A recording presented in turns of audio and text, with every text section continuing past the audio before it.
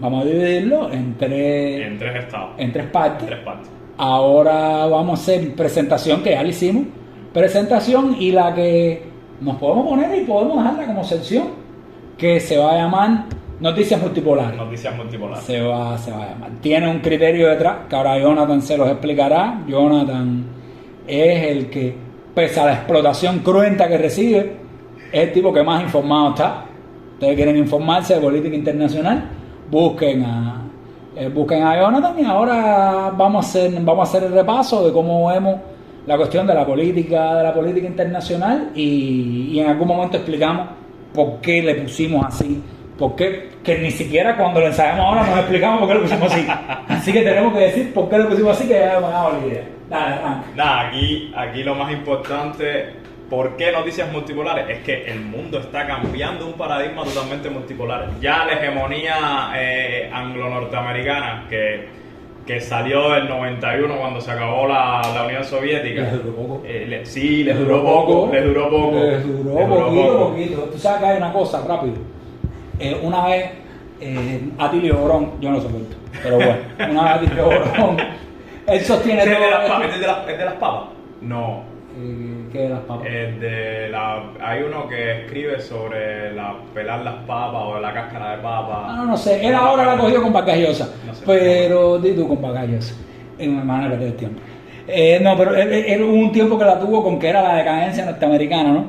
Y el tipo trajo una revista del establishment norteamericano, no acá medio izquierda, que creó una cosa que se llama el declinómetro, que era la decadencia de Estados Unidos. Entonces hacen así, dicen, bueno, el declinómetro era más o menos una talla, 1945, bombas atómicas Japón, no, superpotencia, pero ponen al lado, anda pinga, la Unión Soviética, de 1945 a 1991, ahí con la Unión Soviética ahí, de pronto, 1991, se fue la Unión Soviética, rico, estamos solos, y de pronto son así, dicen, 2000 y pico, China comienza a levantar, nos jodimos, aprender mandarín, ponen así, nos jodimos, aprender mandarín. Si tú lo, Les duró poco. Si tú lo analizas, la total hegemonía de los Estados Unidos ha sido en dos periodos.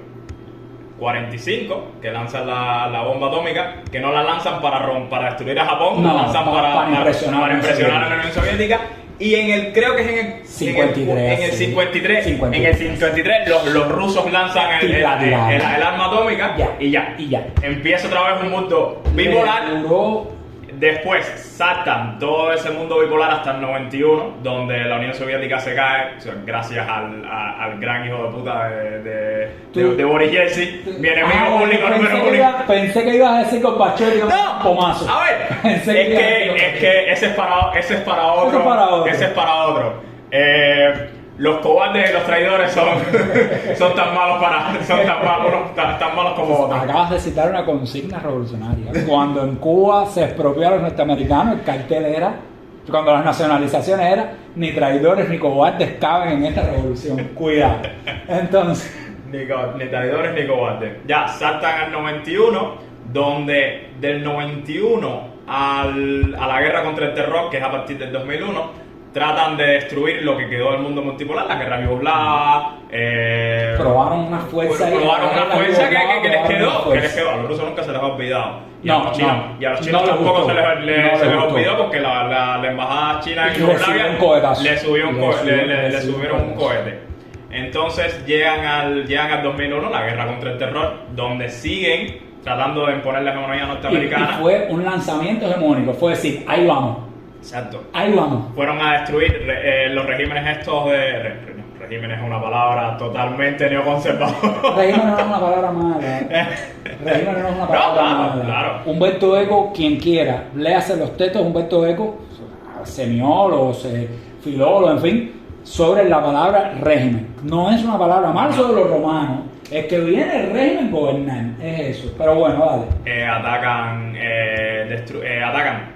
Saddam Hussein, Libia, en Afganistán, Gaddafi, tratan de hacer las revoluciones de color en una pila de lugares, tratando de subvertir el poder en unos cuantos regímenes.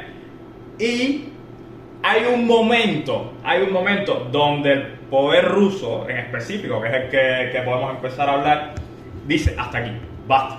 Se habían recuperado del desastre del 90, de las guerras chechenas, de la primera y la segunda guerra chechena, y en el 2007 Putin da un discurso en Múnich delante de todos delante de los europeos y delante de los americanos, donde explica que la visión del mundo unipolar no tenía que dar cabida a otra salida. Y entre ese 2007, en el 2008 empieza con la guerra en Georgia. La guerra en Georgia, que cualquiera que te diga que la atacaron los rusos primero es mentira. Los georgianos atacaron a los rusos. Están locos los georgianos. Sí, exactamente. No queremos ofender a ningún georgiano, ¿no? Pero bueno, de los 7 suscriptores no creo que ninguno sea georgiano. No creo que ninguno sea georgiano. El que invite a un georgiano, el que le dé el himno a un georgiano, explíquele. No tenemos nada en contra de Georgia. Nada en contra. Pero bueno, Georgia ataca a las repúblicas separatistas de Abjasia, creo que se llaman. Y estoy tratando de hacer un background histórico. Primero, Abjasia y Osetia. Ajá, yo estaba en ese piso cuando aquello se hablaba de eso. 2000, de Osetia del Sur. Osetia del Sur, 2008.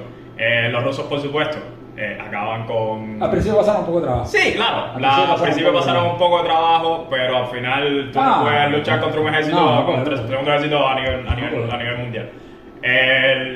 Eso lo malo logran los vietnamitas. Y ya Vietnam no lo va a atacar nadie. Bueno, y los afganos. Y los afganos. Los afganos son otra cosa. Afganistán es muy interesante de analizar. Muy interesante. El tema de guerra es toda una historia. Muy interesante de analizar. Sigo.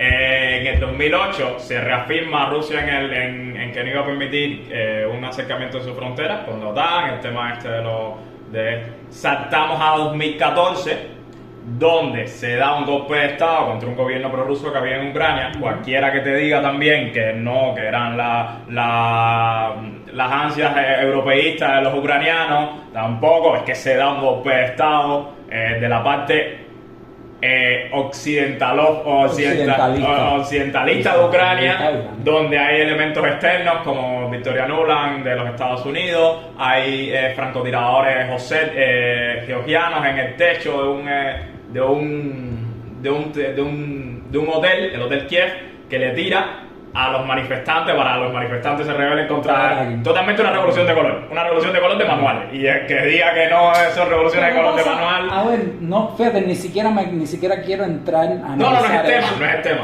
Pero el problema es lo que siempre ha pasado con las revoluciones de color, que ahí esa parte no la puedes dejar fuera nunca, que es que las revoluciones de color de todos modos han tenido un sustrato para por supuesto, lo han tenido porque una necesidad material. Loco, el que estaba antes, el tipo, era un corrupto de los huevos. Sí. Era un corrupto de los cojones. El tipo Yanukovych estaba al carajo. Ucrania se caracterizaba por una corrupción entonces, horrible. Sin duda había eso de fondo en las protestas. Que sabemos que el Occidente lo llevó a una escalada, pero por mucho superior. Eso es verdad, pero no vamos a analizar eso ahora. En el 2014 los rusos anexan Ucrania, anexan Crimea. A Ucrania a lo mejor la anexan. A Ucrania a lo mejor el anexamiento viene. A lo mejor viene. Y en el 2014 empieza una guerra civil en Ucrania, en el Donbass. Que al final lo que pasa en Ucrania es una guerra civil. Lo que ahora, en el 2022 empieza la operación militar especial, lo que otros dicen que es una guerra, una operación militar especial. ¿Para una guerra? No. Eso no. A ver, mira, en la historia de las guerras, desde, qué sé yo, desde las invasiones de Alejandro Magno, hasta acá, las guerras siempre tienen un eufemismo para justificarlas. Operación Enduring Freedom. Siempre hay algo, léanse, busquen los apócrifos de Karel Capek, una carta falsa, ¿no?, de Alejandro Magno a Aristóteles, explicando por qué siempre invadía un lugar distinto. Explicando porque tú veas que siempre las guerras tienen un eufemismo, es una guerra. Es una guerra en todas reglas. La primera guerra escrita, que es la batalla, creo que de Megiddo entre los egipcios y los hititas. Ajá, sí, también el faraón se justifica de las ciudades que había que conquistar, las ciudades sirias para protegerlas de los hititas. Siempre es igual. Exactamente. Siempre es igual. No hay ninguna diferencia con nadie dice, más o menos los romanos. Eran los que incluso los romanos. Vamos a invadir la Galia para proteger la Galia naponense nuestra. Pero a veces los tipos hacían que conquistaban por la gloria de Roma, para el carajo. Pero olvídate de eso, siempre hay una justificación. Entonces, estamos a este punto donde está el inicio del mundo, el inicio del comienzo del ascenso del mundo multipolar. En el 2000. Sí, está complejo, que es en el 2022 cuando se declara la operación militar especial, donde entre todos se ven dos cosas: que el poderío económico de Europa y la anglósfera al aplicar sanciones a Rusia no es tan efectivo. Deja de ser la principal arma, deja de ser efectiva, porque ahora mismo ¿qué pasaba?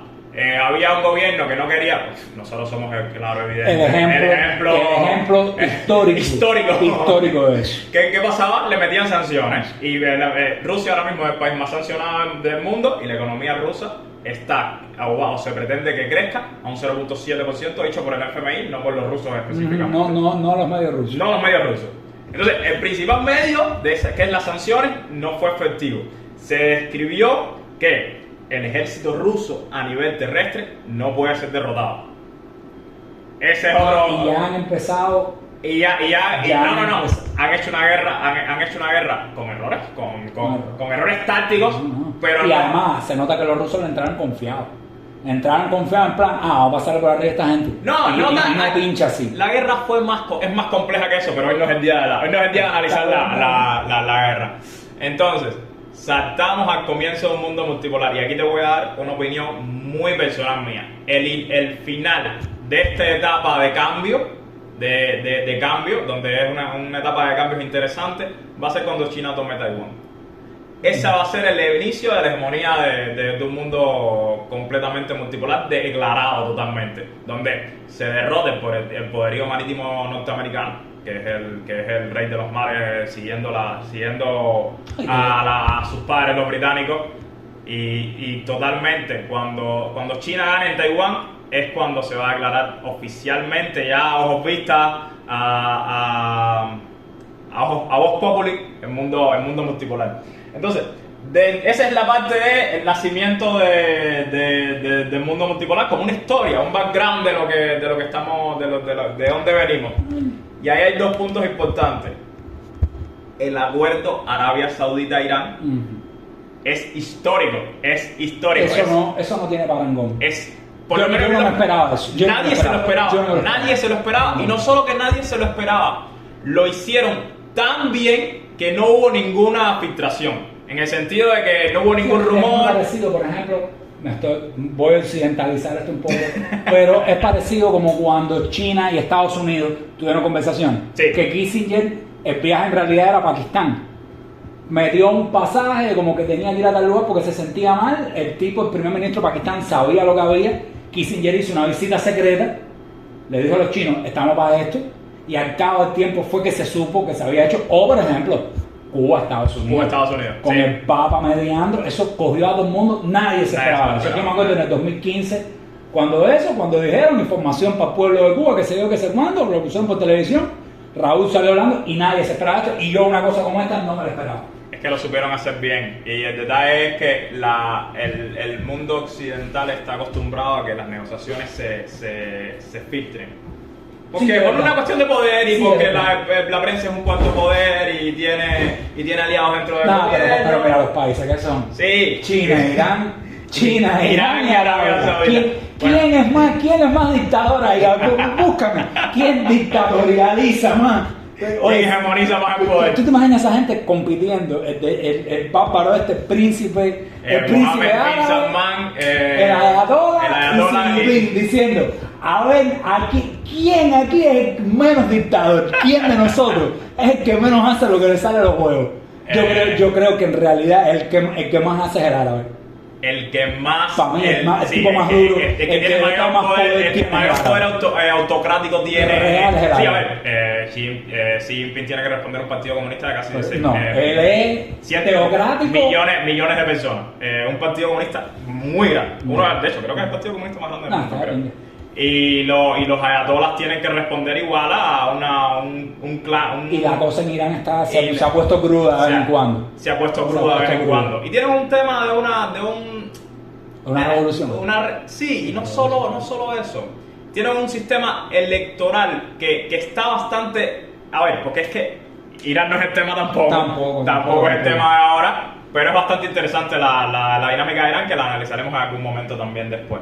Entonces, Arabia Saudita, Irán. Esto cogió a todo el mundo por sorpresa. Y sobre todo cogió por sorpresa a Israel. Por supuesto. A Israel. Y una de las cosas más importantes es que, a ver, hay una cosa, sí, en Arabia Saudita se puede decir muerte a Israel, pero por detrás, aunque no tengan acuerdo, son pseudo aliados, porque ambos son pseudo aliados a los americanos, o eran pseudo aliados a los americanos, y entonces cuasi aliados entre ellos.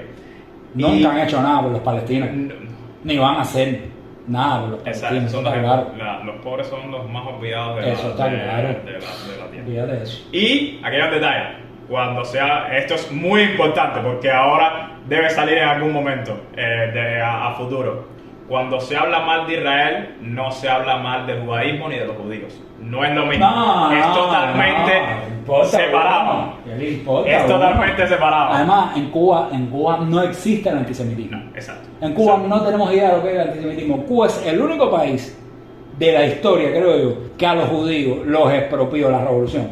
Los expropió por propietarios, no por judíos. Aquí a los judíos que eran dueños de quincalla, como se llama eso, puestecitos pequeños donde vendían pedazos de tela.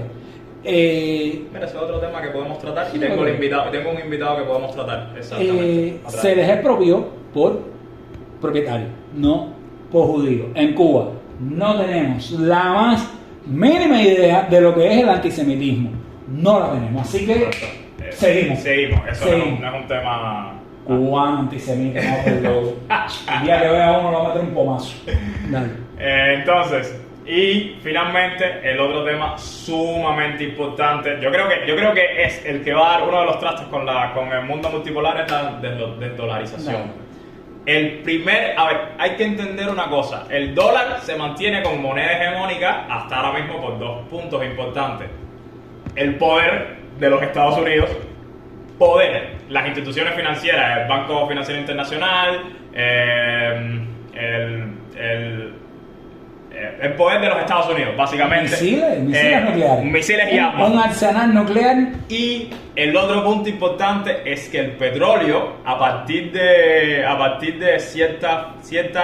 los 70. A partir de los 70, a partir de la crisis del petróleo, y después de los acuerdos de Bretton Woods, donde los acuerdos de Bretton Woods fueron antes. Fueron antes. Los 40. Sí. 40, 50 fue Bretton Woods. Estoy tratando de acordarme. Es Reagan. Ajá, ya. Reagan. Cuando Reagan sale del patrón de oro. Cuando Reagan sale del patrón de oro, liga al dólar al petróleo. Generalmente con los saudíes. Los saudíes eran los mayores productores de petróleo y dijeron: ok, tú nos vas a proteger aquí en Medio Oriente respecto a los ayatolas, respecto a lo candente que está en Medio Oriente, y el petróleo que yo venda lo voy a vender solamente en dólares. Y se crea una cosa que es el petrodólar, donde solamente el petróleo se puede comprar en dólares y todo el mundo necesita petróleo, aunque los verdes quieran. Por cierto, una noticia importante. Hoy, 15 de abril, Alemania cierra la última central nuclear. De eso podemos hablar. Es increíble. Arabia Saudita vende el petróleo solamente en dólares, pero ahora con este auge de China creó un acuerdo con los saudíes donde el petróleo a ellos se los puede vender en la moneda china. Los rusos también tienen comercio con los chinos donde pueden vender el petróleo ruso por moneda china, Y los indios también tienen acuerdos con los saudíes y con los rusos. Y si le sumas a ellos Venezuela, tienes posiblemente el núcleo de los productores de la OPEC. ¿Qué te queda? Nigeria, te quedan otros países, te quedan algunos otros países del Golfo, pero los mayores productores son los saudíes, Rusia, Venezuela y los Estados Unidos. Son los mayores 4 productores de petróleo actualmente. Y Estados Unidos produce para ellos mismos. Y Estados Unidos produce... Que lo hacen para ellos. Mucho para ellos mismos, para mucho tener para independencia. Son obsesivos con eso. Obsesivos con eso. Y ahora mismo estamos entrando en una crisis financiera. Estamos entrando en una crisis financiera en Occidente, que debe ser, se pronostica que debe ser mayor que la del 2008. Así que más problemas al mundo unipolar europeo le queda poco. Yo personalmente me alegro. Sí, tú te alegras. Mira, yo lo que estamos hablando ahorita de la hegemonía que uno prefiere. Tú te alegras. Mira, yo hay más que alegrarme o que cualquier cosa. O sea que a mí siempre a mí me asustan los americanos. A mí los americanos o sea, porque los americanos no son malos perdedores, no saben perder decentemente. Entonces, yo estoy muy preocupado por lo que son capaces de hacer para recuperar. Ese es el principal. Claro. No van a irse tranquilos. Ya yo he tenido una idea de lo que son capaces de hacer los rusos. Ya he tenido una idea. Es arrasar. Para adelante van los rusos. Que yo ahí, cuando empezó la guerra con Ucrania, cuando en la típica mentalidad esta del cubano contra, que entonces necesita si Cuba se mostraba a favor de Rusia, que jamás el Estado se mostró. Nunca han sido con eso extremadamente precavidos, no han querido meterse en ninguna candela ahí. Es un tema cuando analizamos la guerra de Ucrania, vamos a analizar la postura la postura del Estado cubano, que tiene tela, pero en esa mentalidad típica de que entonces si me parece que está vinculado al Estado, entonces yo tengo que estar en contra, y yo, para mí, lo que tú sabes, ¿no? Yo en Rusia no podía ver otra cosa que no fuera Alemania antes de la Primera Guerra Mundial, en el contexto previo a la Guerra Mundial. La famosa frase del Kaiser de no queremos poner a nadie a la sombra, solo queremos nuestro lugar privilegiado bajo el sol. Es una expotencia, en el caso de Rusia, expotencia que reascendió a potencia y ahora quiere, en el contexto, en la hegemonía internacional, ahora quiere reubicarse. Es una potencia reclamando su lugar de potencia. Con los chinos, hacer, mira. Ya emergieron hace rato. Son un tren. Ya emergieron hace rato. Y los chinos, compadre, mira, los chinos, yo sí pienso que los chinos, me parece que sí van a cumplir. Mira lo que estoy haciendo. Ajá. Estoy confiando en una potencia. Yo no soy pro chino. No, aquí estamos. Aquí hay que otro disclaimer más importante. La única guerra real es la guerra de clase. Es la guerra de clase. Todos los gobiernos, todos los estados miran para los intereses de la clase dominante y los que mandan a matar son a los proletarios. Pero los chinos, mira, a ver, yo confío en que de verdad los tipos se van a quedar en China. Así que de verdad los tipos se van a quedar en China. Porque para ellos, para los chinos, lo importante es China.